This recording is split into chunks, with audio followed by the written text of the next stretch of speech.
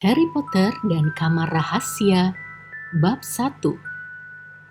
Bukan untuk pertama kalinya, pertengkaran meledak di meja makan rumah Private Drive nomor 4. Sebelumnya, Mr. Vernon Dursley telah terbangun pagi-pagi buta oleh bunyi uhu-uhu keras dari kamar keponakannya, Harry.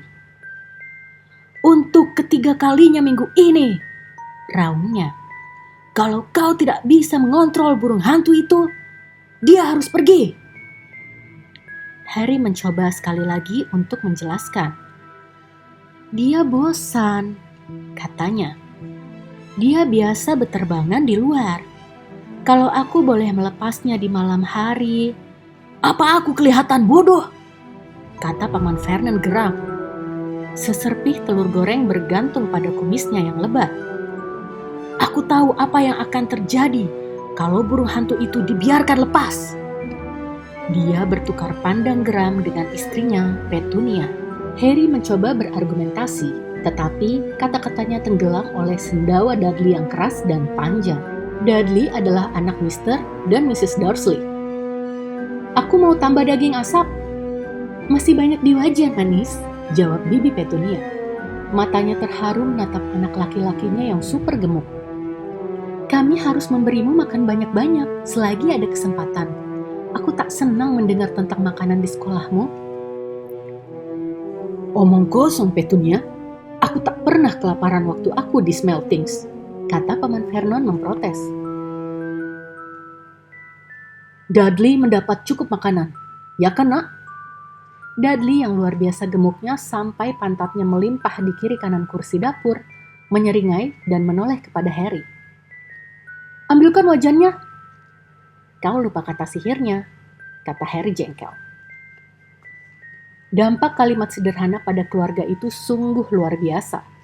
Dudley tersedak dan terjatuh dari kursinya keras sekali, sampai menggetarkan seluruh dapur. Mrs. Dursley menjerit dan menutup mulutnya. Mr. Dursley melompat bangun, urat-urat berdenyutan di pelipisnya. "Maksudku kata tolong," kata Harry cepat-cepat. "Aku tidak bermaksud..." "Bukankah sudah kularang?" gelegar pamannya dari seberang meja. "Mengucapkan kata S itu di dalam rumah kita?" "Tapi aku..." "Berani-beraninya kau mengancam Dudley?" raung Paman Vernon menggebrak meja dengan tinjunya.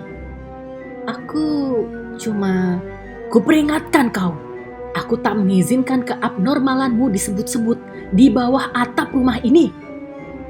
Harry bergantian memandang wajah keunguan pamannya dan wajah pucat bibinya yang sedang berusaha membantu Dudley bangun. "Baiklah," kata Harry. "Baiklah." Paman Vernon duduk kembali, tersengal seperti badak bercula satu yang kehabisan napas. Dia memandang Harry lewat sudut matanya yang kecil tajam. Sejak Harry pulang untuk liburan musim panas, Paman Vernon memperlakukannya seperti bom yang bisa meledak setiap waktu. Karena Harry bukan anak biasa. Sebetulnya, dia memang sama sekali bukan anak biasa. Harry Potter adalah penyihir. Penyihir yang baru melewatkan tahun pertamanya di sekolah sihir Hogwarts. Dan jika keluarga Dursley tidak senang menerimanya selama liburan, itu bukan apa-apa dibanding perasaan Harry. Harry merasa sangat rindu pada Hogwarts, sehingga rasanya dia sakit perut terus-menerus. Dia merindukan kastilnya, dengan lorong-lorong rahasia dan hantu-hantunya. Pelajaran-pelajarannya, walaupun mungkin tidak merindukan Snape, guru pelajaran ramuannya. Surat-surat yang dibawa oleh burung-burung hantu, makan bersama di aula besar, tidur di tempat tidurnya di menara asrama, mengunjungi si pengawas binatang liar Hagrid, di pondoknya di dekat hutan terlarang, dan terutama Quidditch. Olahraga paling populer di dunia sihir. Ada 6 tiang gawang tinggi, 4 bola terbang, dan 14 pemain di atas sapu terbang. Semua buku pelajaran Harry, tongkat, jubah, kuali, dan sapu top Nimbus 2000-nya dikunci di dalam lemari di bawah tangga oleh Paman Vernon begitu Harry tiba di rumah. Apa pedulinya keluarga Dursley kalau Harry kehilangan tempat di tim Quidditch asramanya karena dia tidak berlatih selama musim panas? Apa urusannya bagi keluarga Dursley jika Harry kembali ke sekolah tanpa mengerjakan PR-nya? Keluarga Dursley termasuk yang oleh para penyihir disebut Muggle, yaitu tidak memiliki setetes pun darah penyihir di nadi mereka. Dan bagi mereka, memiliki penyihir dalam keluarga adalah aib yang sangat memalukan. Paman Vernon bahkan telah menggembok burung hantu Harry, Hedwig, di dalam sangkarnya, untuk mencegahnya membawa surat-surat kepada siapapun di dunia sihir. Tampilan Harry sama sekali lain dari keluarganya. Paman Vernon gemuk dan tanpa leher, dengan kumis hitam besar. Bibi Petunia kurus berwajah kuda. Dudley berambut pirang, kulitnya agak merah jambu, jadi kesannya seperti babi. Harry sebaliknya, kecil dan kurus, dengan mata hijau cemerlang dan rambut hitam pekat yang selalu berantakan. Dia memakai kacamata bundar dan di dahinya ada bekas luka berbentuk sambaran kilat. Bekas luka inilah yang membuat Harry istimewa, bahkan sebagai penyihir. Bekas luka ini satu-satunya petunjuk akan masa lalu Harry yang misterius. Alasan kenapa dia ditinggalkan di depan pintu rumah keluarga Dursley 11 tahun yang lalu. Pada usia 1 tahun, Harry, entah bagaimana, berhasil selamat dari serangan penyihir hitam jahat terhebat sepanjang zaman, Lord Voldemort, yang namanya pun tak berani disebutkan oleh banyak penyihir.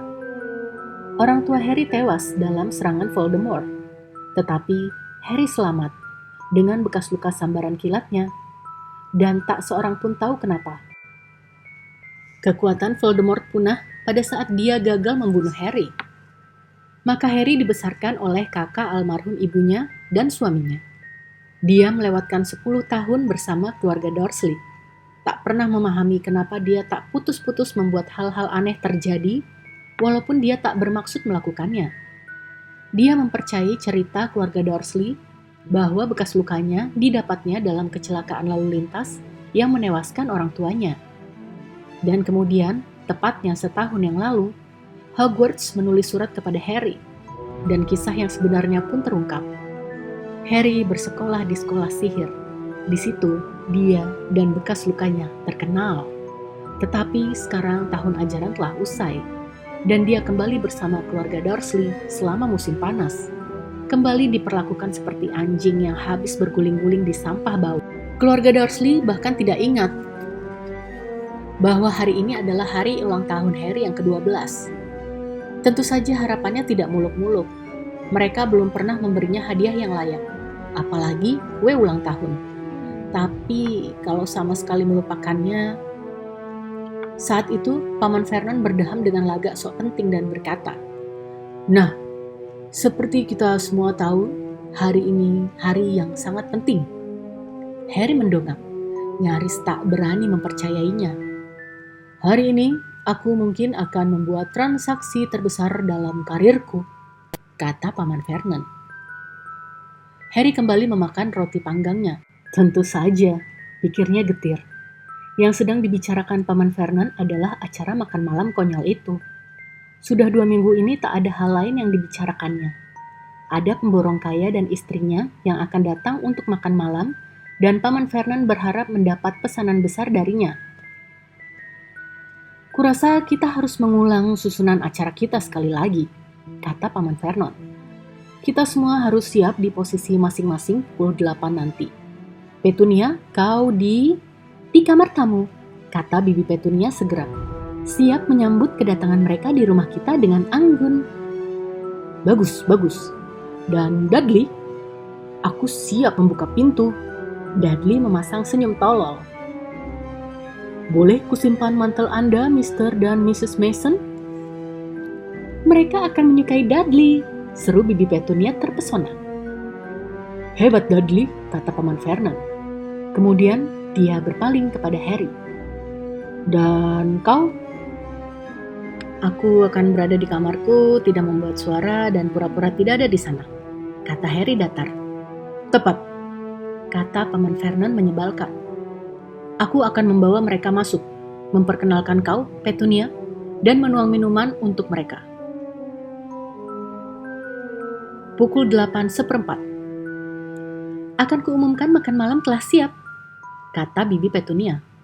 Dan Dudley, kau akan bilang, boleh kuantar Anda ke ruang makan, Mrs. Mason? Kata Dudley menawarkan lengannya yang gemuk pada wanita yang tak kelihatan. Gentleman kecilku yang sempurna, kata Bibi Petunia terharu. Dan kau, kata Paman Vernon kejam kepada Harry. Aku akan berada di kamarku, tidak membuat suara dan pura-pura tidak ada di sana, kata Harry bosan. Persis. Sekarang kita harus berusaha memberikan beberapa pujian selama makan malam. Petunia, ada ide? Vernon bercerita Anda pemain golf yang hebat, Mr. Mason. Gaun Anda indah sekali. Di mana Anda membelinya, Mrs. Mason? Sempurna. Dudley? Bagaimana kalau kami harus menulis karangan tentang pahlawan yang kami kagumi di sekolah, Mr. Mason, dan saya menulis tentang Anda? Ini sudah kelewatan, baik bagi Bibi Petunia maupun Harry, walaupun dengan alasan berbeda. Bibi Petunia menangis saking terharunya dan memeluk anaknya, sedangkan Harry membungkuk ke bawah meja supaya mereka tidak melihatnya tertawa. Dan kau? Harry berusaha membuat wajahnya serius ketika muncul dari bawah meja. Aku akan berada di kamarku, tidak membuat suara dan pura-pura tidak ada di sana, katanya. Betul sekali, kau harus begitu, kata Paman Vernon keras. Suami istri Mason sama sekali tak tahu menau tentang kau dan harus tetap begitu. Setelah makan malam selesai, kau bawa Mrs. Mason kembali ke ruang tamu untuk minum kopi Petunia, dan aku akan mengarahkan pembicaraan ke bor. Kalau beruntung, transaksi bisa ku selesaikan dan kontrak sudah ditandatangani sebelum berita pukul 10 malam. Kita akan membeli rumah berlibur di Mallorca pada jam sekian besok malam. Harry tidak bisa ikut senang mendengar kabar ini. Menurut perasaannya, di Mallorca pun keluarga Dursley tidak akan lebih menyukainya daripada di rumah ini. Baik, aku berangkat ke kota untuk mengambil jas malam untukku dan Dudley. Dan kau, gertaknya pada Harry, jangan mengganggu bibimu sementara dia membersihkan rumah. Harry keluar lewat pintu belakang. Cuaca amat cerah. Dia menyeberangi halaman, mengenyakkan diri di bangku kebun dan bernyanyi pelan. Happy birthday to me, happy birthday to me. Tak ada kartu, tak ada hadiah. Dan dia akan melewatkan malam ini dengan berpura-pura bahwa dia tak ada. Dia memandang sedih ke pagar tanaman. Belum pernah dia merasa kesepian seperti itu. Lebih dari segalanya di Hogwarts, bahkan lebih daripada bermain Quidditch, dia merindukan sahabat-sahabatnya, Ron Weasley dan Hermione Granger. Meskipun demikian, mereka rupanya sama sekali tidak merindukannya. Tak seorang pun dari mereka berdua menulis surat kepadanya musim panas ini. Meskipun Ron sudah mengatakan akan meminta Harry datang menginap di rumahnya. Sudah puluhan kali Harry hampir membuka kandang Hedwig dengan sihir dan mengirimnya kepada Ron dan Hermione dengan membawa surat. Tetapi terlalu besar risikonya. Penyihir yang masih di bawah umur tidak diperkenankan menggunakan sihir di luar sekolah. Harry tidak memberitahukan aturan ini kepada keluarga Dursley. Mereka takut Harry akan mengubah mereka menjadi kumbang kupuk. Dan Harry tahu rasa takut itulah yang mencegah mereka mengunci dirinya di dalam lemari di bawah tangga bersama tongkat dan sapunya. Selama 2 minggu pertama, Harry menikmati menggumamkan kata-kata omong kosong dan melihat Dudley kabur dari ruangan secepat kaki gemuknya bisa membawanya. Tetapi lama tak ada kabar dari Ron dan Hermione membuat Harry merasa terkucil dari dunia sihir. Sehingga bahkan mempermainkan Dudley pun sudah tak menarik lagi. Dan sekarang Ron dan Hermione telah melupakan hari ulang tahunnya. Dia rela memberikan apapun untuk mendapatkan kabar dari Hogwarts, bahkan kabar dari penyihir manapun. Dia bahkan akan senang kalau bisa melihat musuh besarnya Draco Malfoy sekedar menyaksikan bahwa segalanya bukan hanya mimpi. Bukan berarti dia senang terus sepanjang waktu di Hogwarts. Di penghujung semester terakhir mereka, Harry telah berhadapan dengan tak lain dan tak bukan Lord Voldemort sendiri. Voldemort mungkin sudah bukan apa-apa dibanding ketika berkuasa dulu. Tetapi dia masih tetap mengerikan dan licik, masih bertekad ingin berkuasa kembali. Harry berhasil lolos dari cengkeraman Voldemort untuk kedua kalinya, tetapi nyaris saja. Bahkan sekarang, setelah lewat beberapa minggu, Harry masih terbangun di malam hari, mandi keringat dingin, bertanya-tanya dalam hati, di mana Voldemort sekarang? Teringat wajahnya yang pucat kelabu, matanya yang liar. Harry mendadak duduk tegak di bangku kebun. Sejak tadi, sambil melamun, dia memandang pagar tanaman, dan pagar itu balas memandangnya. Dua mata hijau besar muncul di antara dedaunan. Harry melompat bangun tepat ketika terdengar suara ejekan dari seberang kebun. "Aku tahu hari apa hari ini." Dudley berjalan berat ke arahnya. Mata besar itu berkedip, lalu lenyap. "Apa?" tanya Harry, tanpa melepas pandangan dari tempat mata itu tadi berada. "Aku tahu hari apa hari ini," ulang Dudley tiba di belakang Harry. "Bagus sekali," kata Harry. "Jadi akhirnya kau hafal nama-nama hari. Hari ini hari ulang tahunmu," cemooh Dudley. "Kenapa kau tidak menerima satu kartu pun? Apa kau tidak punya teman di tempat sinting itu?" "Jangan sampai ibu mendengar kau menyebut-nyebut sekolahku," kata Harry dingin. Dudley menarik celananya yang melorot ke pantatnya yang gemuk. "Kenapa kau terus memandang pagar?" tanyanya curiga. "Aku sedang mencoba memutuskan mantra apa yang paling baik untuk membakarnya," kata Harry. Dudley langsung terhuyung mundur. Wajahnya yang gemuk kelihatan panik.